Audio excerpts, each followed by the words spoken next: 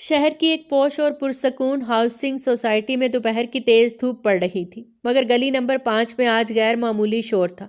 ایک بڑا truck get کے سامنے کھڑا تھا اور مزدور بھاری سامان اتار کر نئے خریدے کے بنگلے کے اندر لے جا رہے تھے۔ احسن گیٹ پہ کھڑا اپنی کلائی گھڑی پہ بار بار وقت دیکھ رہا تھا۔ اس کے چہرے پر ناگواری کے تاثرات نمایاں تھے۔ وہ اپنے 3 پیس سوٹ میں بھی اتنا ہی منظم لگ رہا تھا جتنا وہ اپنے آفس میں ہوتا تھا۔ ارے بھائی دھیان سے، احسن نے ایک مزدور کو ڈانٹا۔ یہ صوفہ اٹلی سے درآمد شدہ ہے، اس پر ایک خرونچ بھی نہیں آنی چاہیے۔ اسی اثنا میں گھر کے اندر سے زویا باہر نکلی۔ اس کی حالت احسن سے بالکل مختلف تھی۔ اس نے ایک سادہ سی لان کی قمیض پہن رکھی تھی جو جگہ جگہ سے دھول سے اٹی ہوئی تھی۔ اس کے بالوں کی لٹیں پسینے سے چپک کر چہرے پہ آ رہی تھیں اور دوپٹہ بے نیازی سے گلے میں لٹکا ہوا تھا۔ اس کے ہاتھوں میں باورچی خانے کے ڈبوں کا ایک بھاری کارٹن تھا۔ احسن آپ فکر نہ کریں، زویا نے کارٹن کو اپنے گھٹنے کا سہارا دیتے ہوئے کہا۔ میں خود کھڑے ہو کر سب سیٹ کروا رہی ہوں، آپ بس سائے میں کھڑے ہو جائیں ورنہ آپ کا رنگ دھوپ سے خراب ہو جائے گا۔ احسن نے اسے اوپر سے نیچے تک دیکھا اور ماتھے پر بل ڈالے۔ زویا تم نے یہ کیا حلیہ بنا رکھا ہے؟ مزدور ہے نا کام کرنے کے لیے، تم خود مزدور کیوں بنی ہوئی ہو؟ زویا نے مسکرا کر ماتھے سے پسینہ صاف کیا۔ مزدوروں کو کیا پتا کہ کون سا مسالہ کس کیبنٹ میں رکھنا ہے، مجھے اپنے ہاتھ سے کام کر کے ہی تسلی ہوتی ہے۔ وہ پلٹ کر دوبارہ اندر جانے لگی تھی کہ اچانک ساتھ والے بنگلے کا جدید طرز کا گیٹ کھلا۔ وہاں سے ایک شخص باہر نکلا جو اپنی گاڑی کی چابی گھما رہا تھا۔ اس کی نظر احسن پر پڑی اور وہیں جم گیا۔ احسن نے بھی اسے دیکھا۔ دونوں کے چہروں پر ایک سیکنڈ کے لیے حیرت آئی اور پھر خوشی کی لہر دوڑ گئی۔ احسن! وہ شخص زور سے چلایا۔ ریحان! احسن نے بے یقینی سے اسے پکارا۔ دونوں پرانے دوست تیزی سے آگے بڑھے اور ایک دوسرے کو گرم جوشی سے گلے لگا لیا۔ یہ کالج کے بعد ان کی پہلی ملاقات تھی۔ یار مجھے یقین نہیں آ رہا کہ تم میرے پڑوسی بن گئے ہو، ریحان نے احسن کے کاندھے پہ ہاتھ مارتے ہوئے کہا۔ کہاں غائب ہو گئے تھے تم؟ اور یہ کارپوریٹ لک، تم تو پورے افسر لگ رہے ہو۔ احسن نے اپنے کوٹ کا کالر درست کرتے ہوئے فخریہ انداز میں کہا۔ بس یار زندگی کی مصروفیات ہیں، میں نے یہ گھر پچھلے ہفتے ہی خریدا ہے، مجھے بالکل اندازہ نہیں تھا کہ تم یہاں رہتے ہو۔ ریحان نے ہنستے ہوئے اپنے گھر کی طرف اشارہ کیا۔ میں تو یہاں پچھلے 2 سال سے ہوں، میری آرٹ گیلری کا بزنس ماشاءاللہ خوب چل رہا ہے۔ لیکن چھوڑو یہ سب باتیں، بھابھی کہاں ہیں؟ ملواتے نہیں ہو؟ ریحان نے اپنے گھر کے کھلے دروازے کی طرف رخ کیا اور بلند آواز میں پکارا۔ ماہم ذرا باہر تو آؤ، دیکھو کون آیا ہے۔ احسن نے بھی زویا کو آواز دی۔ زویا ذرا 1 منٹ کے لیے باہر آنا۔ چند لمحوں بعد ریحان کے گھر کے دروازے پر ایک دل فریب سا سایہ نمودار ہوا۔ ماہم باہر نکلی۔ اس نے فیروزی رنگ کا ایک خوبصورت اور قیمتی سلک گاؤن پہن رکھا تھا۔ اس کے بال جیسے ابھی ابھی سیلون سے سیٹ ہو کر آئے تھے اور چہرے پر مہارت سے کیا گیا میک اپ دھوپ میں چمک رہا تھا۔ وہ چلتی ہوئی ان کے قریب آئی تو فضا میں ایک مہنگے پرفیوم کی خوشبو پھیل گئی۔ جی ریحان؟ ماہم نے انتہائی نفاست سے پوچھا۔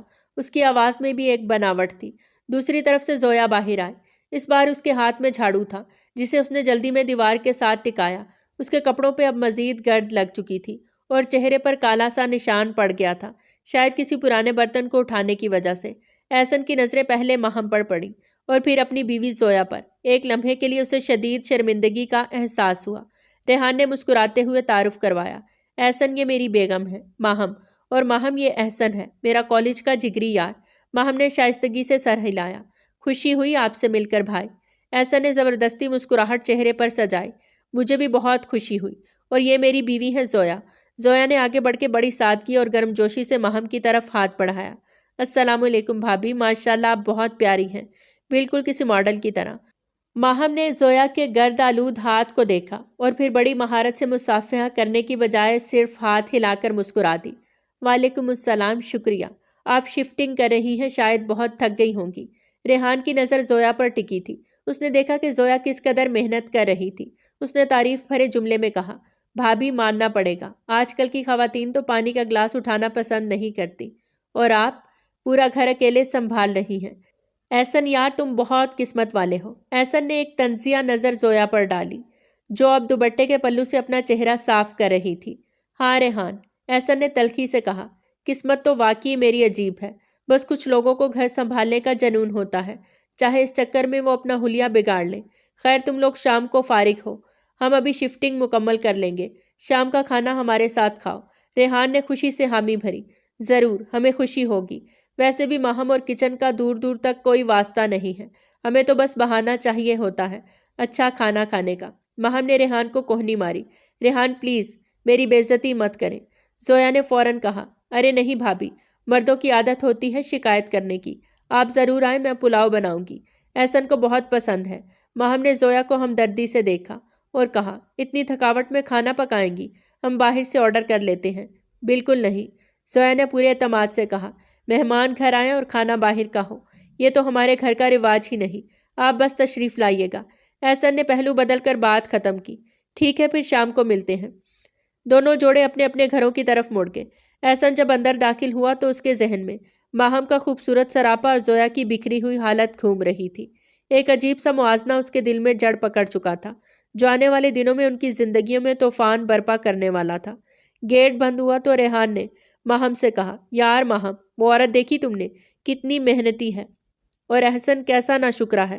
اس کے چہرے سے لگ رہا تھا کہ اسے اپنی بیوی کی حالت پر شرمندگی ہو رہی ہے۔ ماہم نے لاپرواہی سے جواب دیا، محنتی ہوگی ریحان، لیکن تھوڑی سی سینس بھی ہونی چاہیے انسان میں۔ شوہر کے دوست کے سامنے ایسے حلیے میں آ گئی جیسے کوئی ماسی ہو۔ مجھے تو احسن بھائی پہ ترس آ رہا ہے۔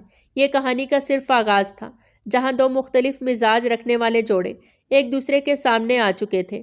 شام کے 8 بج چکے تھے اور احسن کے نئے گھر کی ڈائننگ ہال میں ہر طرف اشتہا انگیز خوشبوئیں رقص کر رہی تھیں۔ یہ خوشبوئیں کسی 5 اسٹار ہوٹل کی نہیں، بلکہ خالص گھریلو مصالحوں، بھنی ہوئی پیاز اور دم پہ رکھے پلاؤ کی تھی۔ زویا کچن میں ایک جنونی کیفیت میں کام کر رہی تھی۔ اس کے ماتھے پر پسینے کے قطرے چمک رہے تھے اور اس نے وہی تہبند پہن رکھا تھا جس پہ ہلدی اور گھی کے کچھ تازہ نشانات ثبت ہو چکے تھے۔ احسن اپنے کمرے سے تیار ہو کر نکلا۔ اس نے نیوی بلو کلر کی شرٹ اور خاکستری پینٹ پہن رکھی تھی۔ اس کے بالوں کا ایک ایک تار اپنی جگہ پر سیٹ تھا۔ وہ کچن کے دروازے پر آ کر رک گیا۔ اس کی نظر زویا پر پڑی، جو بڑے دیگچے کا ڈھکن ہٹا کر چاولوں کو دم دے رہی تھی۔ زویا، احسن نے قدرے سختی سے پکارا، مہمان کسی بھی وقت پہنچ سکتے ہیں، تم نے ابھی تک کپڑے نہیں بدلے۔ زویا نے مڑ کر دیکھا اور مسکرانے کی کوشش کی۔ احسن بس 5 منٹ دیں، کوفتوں کو بھگار لگانا باقی ہے اور پھر سلاد کاٹنی ہے۔ اگر میں ابھی کپڑے بدلنے چلی گئی تو ہانڈی جل جائے گی۔ احسن نے ناگواری سے ناک سکیڑی، تمہارے کپڑوں سے ابھی سے پیاز کی بو آ رہی ہے، کم از کم منہ تو دھو لیتی۔ مجھے سمجھ نہیں آتا کہ تم کام کو اتنا سر پہ سوار کیوں کر لیتی ہو۔ اس سے پہلے کہ زویا کوئی جواب دیتی، باہر ڈور بیل بجی۔ وہ آ گئے۔ احسن نے گھڑی دیکھی، اب تم اسی حلیے میں ان کے سامنے جاؤ گی۔ مہربانی کر کے کچن میں ہی رہنا جب تک میں انہیں بٹھا نہ لوں۔ احسن تیزی سے دروازے کی طرف بڑھا۔ زویا کے دل پہ ایک ہلکی سی خراش لگی، مگر اس نے خود کو سمجھایا کہ احسن کی طبیعت ہی ایسی ہے، اسے ہر چیز پرفیکٹ چاہیے ہوتی ہے۔ اس نے جلدی سے دوپٹہ سر پہ ٹھیک کیا اور ٹرے میں پانی کے گلاس سجانے لگی۔ احسن نے دروازہ کھولا تو سامنے ریحان اور ماہم کھڑے تھے۔ ماہم کو دیکھ کر احسن کی آنکھیں خیرہ ہو گئی۔ ماہم نے سیاہ رنگ کا شفون کا جوڑا پہن رکھا تھا جس پر سنہری کڑھائی تھی۔ اس کے کانوں میں لٹکتے ہوئے بڑے بندے اور ہاتھوں میں نازک سی گھڑی اسے کسی فیشن میگزین کی تصویر بنا رہے تھے۔ اس کے چہرے پر تازگی تھی، جیسے وہ ابھی کسی ایئر کنڈیشنر کمرے سے نکل کر آئی ہو۔ خوش آمدید، احسن نے مسکراتے ہوئے راستہ چھوڑا۔ آئیے، اندر آئیے۔ کیا حال ہے یار؟ ریحان نے احسن سے ہاتھ ملایا اور اندر داخل ہوا۔ تمہارے گھر سے تو باہر تک خوشبو آ رہی ہے۔ مجھے لگتا ہے آج میری ڈائٹنگ کا ستیہ ناش ہونے والا ہے۔ احسن انہیں ڈرائنگ روم میں لے آیا۔ ماہم نے صوفے پر بیٹھتے ہوئے بڑی نفاست سے اپنا گاؤن درست کیا۔ احسن بھائی، زویا بھابھی نظر نہیں آ رہی۔ اسی لمحے زویا پانی کی ٹرے لے کر اندر داخل ہوئی۔ اس کی چال میں تھکاوٹ صاف نمایاں تھی۔ اس کے ہاتھ گیلے تھے اور چہرے کی رنگت چولہے کی تپش سے سرخ ہو رہی تھی۔ السلام علیکم۔ زویا نے ٹرے میز پہ رکھی۔ معاف کیجیے گا، بس آخری ڈش تیار کر رہی تھی۔ ماہم نے زویا کو دیکھا اور پھر اپنی کلائی میں موجود چمکتے ہوئے کنگن کو درست کیا۔ وعلیکم السلام بھابھی، کوئی بات نہیں، ہم سمجھ سکتے ہیں، گھریلو کاموں میں انسان کو اپنی ہوش ہی کہاں رہتی ہے۔ یہ جملہ بظاہر ہمدردی کا تھا، مگر اس میں چھپا طنز احسن نے فوراً محسوس کر لیا۔ اسے زویا کی اس حالت پہ شدید سبکی محسوس ہوئی۔ تھوڑی دیر بعد کھانا میز پہ لگ چکا تھا۔ میز پر پلاؤ، مٹن کوفتے، شامی کباب اور کھیر سجی ہوئی تھی۔ ریحان نے جیسے ہی پہلی پلیٹ میں پلاؤ ڈالا اور ایک نوالا منہ میں لیا، اس کی آنکھیں بند ہو گئیں۔ کمال، ریحان نے بے ساختہ کہا۔ احسن یار، خدا کی قسم، ایسا ذائقہ تو میری ماں کے ہاتھ کے بعد آج چکھا ہے۔ بھابھی، آپ کے ہاتھوں میں تو جادو ہے۔ زویا کے چہرے پر تھکاوٹ کے باوجود ایک خوشی کی لہر دوڑ گئی۔ شکریہ بھائی، بس کوشش کی ہے۔ ریحان نے دوسرا کباب اٹھاتے ہوئے ماہم کی طرف دیکھا۔ ماہم، تم نے کھانا کھایا؟ یہ کوفتے دیکھو، بالکل نرم ہے۔ تم تو بس سلاد اور ابلے ہوئے چاول ہی کھلا سکتی ہو مجھے۔ ماہم نے کانٹے سے سلاد کا ایک ٹکڑا اٹھایا اور منہ بناتے ہوئے کہا، ریحان، آپ جانتے ہیں کہ مجھے کچن کی گرمی برداشت نہیں ہوتی، اور ویسے بھی آج کل کون اتنی محنت کرتا ہے جب ہر چیز ایک فون کال پہ منگوائی جا سکتی ہے۔ احسن خاموشی سے کھانا کھا رہا تھا، مگر اس کے اندر ایک لاوا پک رہا تھا۔ ریحان کی تعریف نے اس کے احساس کمتری کو کم کرنے کی بجائے بڑھا دیا۔ اس نے پانی کا گھونٹ بھرا اور ٹیشو سے منہ صاف کرتے ہوئے زویا کی طرف دیکھا، جو ابھی تک مہمانوں کی پلیٹوں میں کھانا ڈالنے میں مصروف تھی۔ ہاں ریحان، کھانا تو واقعی اچھا ہے، احسن نے اسپارٹ لہجے میں کہا، لیکن کبھی کبھی مجھے لگتا ہے کہ اچھا کھانا بنانے کی قیمت انسان کو اپنی شخصیت کھو کر چکانی پڑتی ہے۔ میز پر اچانک خاموشی چھا گئی۔ زویا کا ہاتھ رک گیا۔ احسن نے بات جاری رکھتے ہوئے ماہم کی طرف اشارہ کیا۔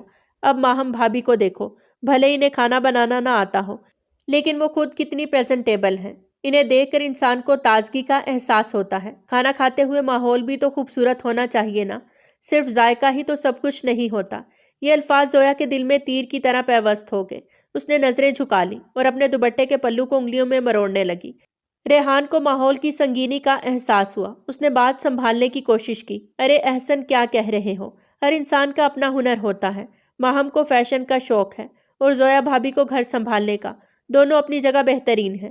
ماہم نے ایک فاتحانہ مسکراہٹ کے ساتھ احسن کی طرف دیکھا۔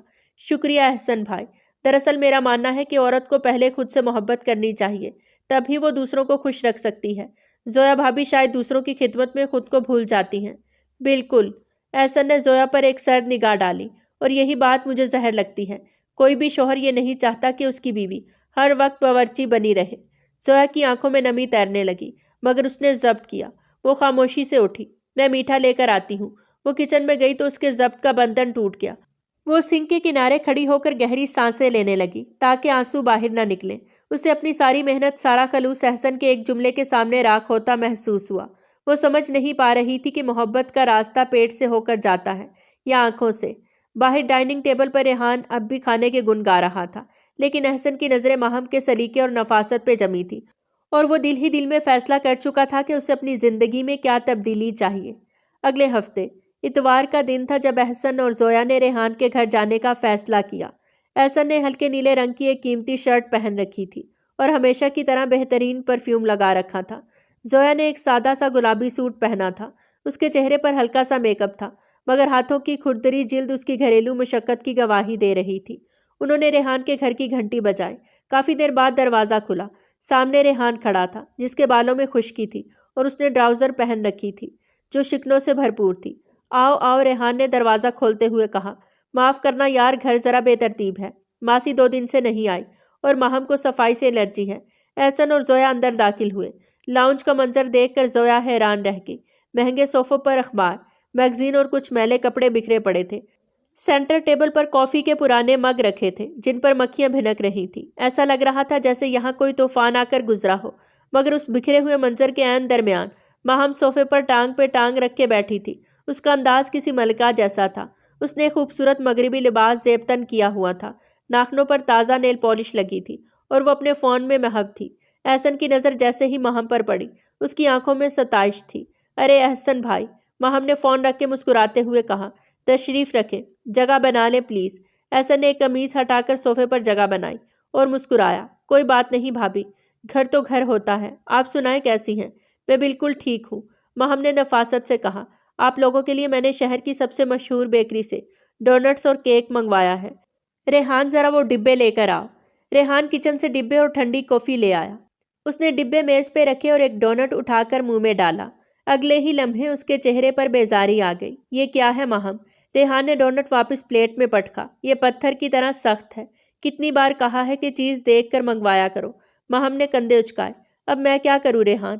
برانڈ کا نام دیکھ کر آرڈر کیا تھا، میں باورچی خانے میں گھس کر تو نہیں دیکھ سکتی نا کہ وہ کیا بنا رہے ہیں۔ احسن نے کافی کا گھونٹ بھرا جو نیم گرم تھی۔ اس نے کپ رکھتے ہوئے ماہم کی طرف دیکھا۔ ریحان یار، احسن نے تعریف کرتے ہوئے کہا۔ کھانے پینے کا کیا ہے، وہ تو انسان باہر سے بھی کھا لیتا ہے۔ اصل چیز تو گھر کا ماحول اور انسان کی شخصیت ہوتی ہے۔ بھابھی کو دیکھو، گھر بھلے ہی بکھرا ہوا ہے، لیکن یہ خود کو کتنا سیٹ کر کے رکھتی ہیں۔ تمہاری نظریں ان سے ہٹتی بھی ہیں یا نہیں؟ ریحان نے کڑواہٹ سے ہنس کر زویا کی طرف دیکھا۔ ہاں احسن، دیکھنے میں تو یہ ڈیکوریشن پیس ہی ہے، لیکن مسئلہ یہ ہے کہ انسان شیشے کی گڑیا کے ساتھ زندگی نہیں گزار سکتا۔ بھوک مٹانے کے لیے ہوٹل جانا پڑتا ہے اور سکون کے لیے دوستوں کے پاس۔ تم زویا بھابھی کو دیکھو، ان کے ہاتھوں کا ذائقہ ابھی تک میری زبان پر ہے۔ اسے کہتے ہیں مکمل عورت۔ ماہم کے چہرے پر ناگواری آ گئی۔ اس نے فوراً موضوع بدلا اور اپنی نئی جیولری دکھانے لگی۔ زویا خاموش بیٹھی رہی۔ اسے احسن کی آنکھوں میں ماہم کے لیے ستائش اور اپنے لیے بے نیازی صاف نظر آ رہی تھی۔ گھر پہنچ کر زویا سیدھی کمرے میں گئی۔ اسے شدید تھکاوٹ ہو رہی تھی، مگر اس سے زیادہ دل بوجھل تھا۔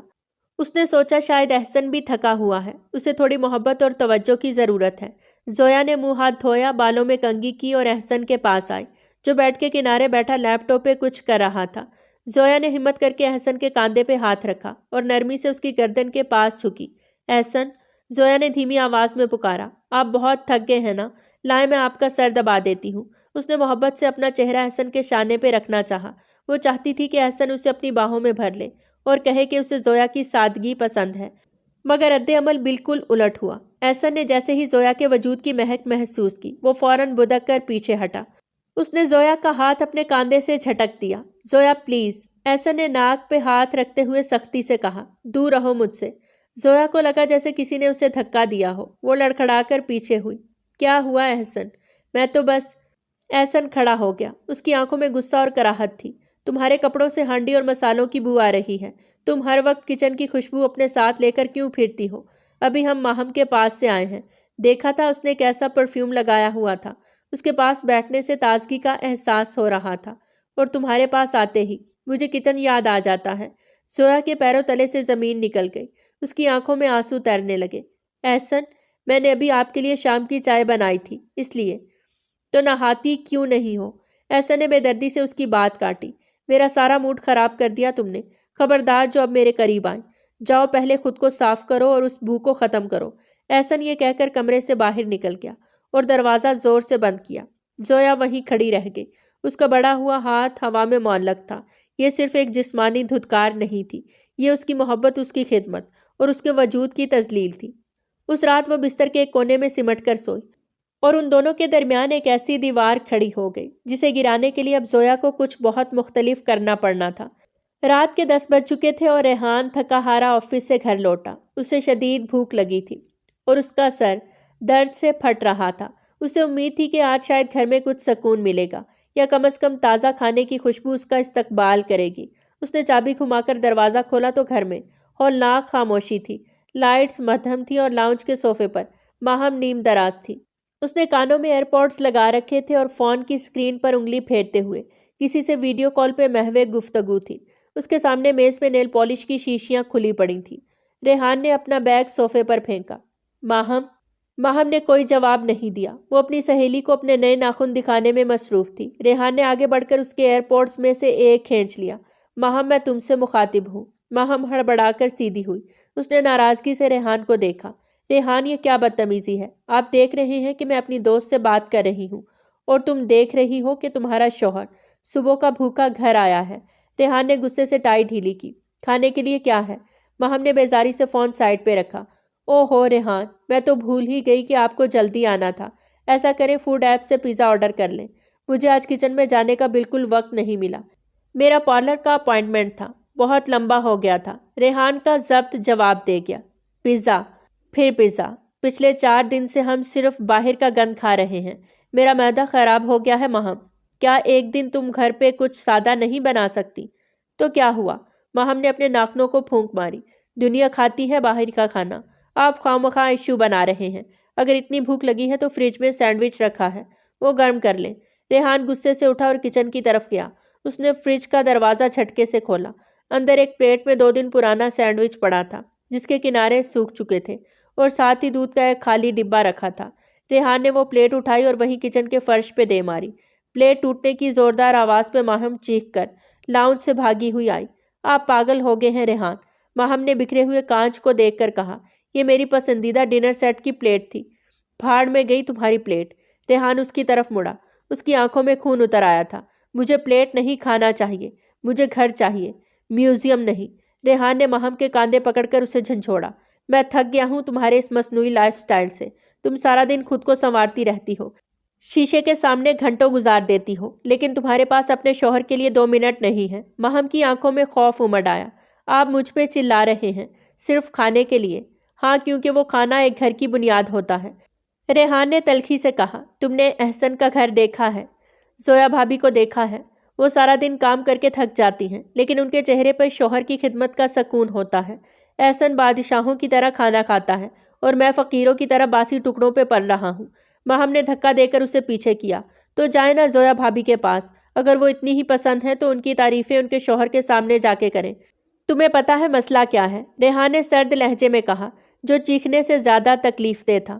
زویا بھابھی ایک جیتی جاگتی عورت ہے جو گھر بنانا جانتی ہے، اور تم صرف ایک شو پیس ہو، ایک مہنگی خوبصورت گڑیا جسے ڈرائنگ روم میں سجایا جا سکتا ہے تاکہ لوگ تعریف کریں، لیکن جس کے ساتھ زندگی نہیں گزاری جا سکتی۔ تم سے صرف مہنگے پرفیوم کی خوشبو آتی ہے، اپنائیت کی نہیں۔ ماہم سن رہ گئی۔ یہ الفاظ کسی تھپڑ سے زیادہ سخت تھے۔ اس کا خوبصورت چہرہ پیلا پڑ گیا۔ ریحان نے اسے حقارت سے دیکھا اور باہر کی طرف جانے لگا۔ میں باہر جا رہا ہوں کھانا کھانے، تم بیٹھ کر اپنے ناخنوں کی فکر کرو، کیونکہ شاید تمہاری زندگی کا مقصد صرف یہی ہے۔ دروازہ زور سے بند ہوا اور ریحان چلا گیا۔ ماہم وہیں کھڑی رہ گئی۔ اس کی آنکھوں سے پہلا آنسو گرا اور اس کے گال پہ بہتے ہوئے قیمتی فاؤنڈیشن میں جذب ہو گیا۔ اسے پہلی بار احساس ہوا کہ اس کی خوبصورتی اور سجاوٹ آج اسے اکیلا ہونے سے نہیں بچا سکی۔ وہ فرش پہ بکھرے ہوئے کانچ کے ٹکڑوں کی طرح اندر سے کرچی کرچی ہو گئی تھی۔ اگلی صبح سوسائٹی کے پارک میں ہلکی دھند چھائی ہوئی تھی۔ پرندوں کی چہچہاہٹ کے سوا ہر طرف خاموشی تھی۔ زویا ٹہلنے کے لیے آئی تھی، مگر اس کے قدموں میں وہ روایتی تیزی نہیں تھی۔ اس کی آنکھیں رات بھر رونے کی وجہ سے سوجی ہوئی تھیں اور چہرے پر اداسی کی گہری پرچھائیاں تھیں۔ وہ ایک بینچ پر نڈھال سی ہو کر بیٹھ گئی۔ ابھی اسے بیٹھے ہوئے چند لمحے ہی گزرے تھے کہ سامنے سے ماہم آتی ہوئی دکھائی دی۔ ماہم کی چال میں بھی آج وہ ماڈلز والا اعتماد نہیں تھا۔ اس نے بڑے سائز کا کالا چشمہ لگا رکھا تھا، شاید اپنی سوجی ہوئی آنکھیں چھپانے کے لیے۔ ماہم نے زویا کو دیکھا تو رک گئی۔ وہ خاموشی سے آئی اور زویا کے برابر میں بیٹھ گئی۔ دونوں کچھ دیر خاموش رہیں، جیسے الفاظ تلاش کر رہی ہوں۔ تم روئی ہو زویا؟ ماہم نے بالآخر چشمہ اتارتے ہوئے پوچھا۔ اس کی اپنی آنکھیں بھی سرخ تھیں۔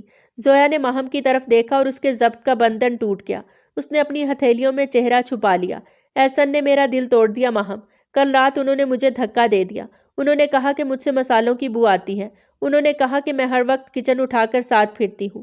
ماہم نے زویا کے کاندھے پہ ہاتھ رکھا۔ زویا سسکیاں لے رہی تھی۔ میں سارا دن ان کی پسند کے کھانے بناتی ہوں، گھر چمکاتی ہوں، لیکن انہیں صرف میری ظاہری حالت نظر آتی ہے۔ انہیں مجھ میں بیوی نہیں، ایک بدبودار باورچی نظر آتی ہے۔ ماہم نے ایک گہری اور سرد آہ بھری۔ اور ریحان نے کل رات میری پسندیدہ پلیٹ توڑ دی۔ اس نے کہا کہ میں صرف ایک شو پیس ہوں، ایک ایسی گڑیا جسے صرف سجایا جا سکتا ہے۔ اس نے کہا کہ اسے مجھ سے اپنائیت کی خوشبو نہیں آتی، بلکہ صرف مہنگے پرفیوم کی بو آتی ہے۔ وہ کہتے ہیں کہ میرے ساتھ زندگی نہیں گزاری جا سکتی۔ زویا نے حیرت سے سر اٹھایا اور گیلے چہرے کے ساتھ ماہم کو دیکھا۔ ریحان بھائی نے ایسا کہا؟ لیکن وہ تو ہمیشہ میری مثال دیتے ہیں۔ ہاں، ماہم نے تلخی سے ہنس کر کہا، یہی تو تضاد ہے۔ تمہارا شوہر تمہیں میری طرح دیکھنا چاہتا ہے، سجی سنوری اور ماڈرن، اور میرا شوہر مجھے تمہاری طرح دیکھنا چاہتا ہے، گھریلو اور سگڑ۔ یہ مرد ناشکرے ہیں زویا۔ ہم جو ہیں انہیں وہ نظر نہیں آتا، انہیں بس وہ چاہیے جو دوسرے کے پاس ہے۔ زویا نے آنسو پونچھے۔ تو اب ہم کیا کریں ماہم؟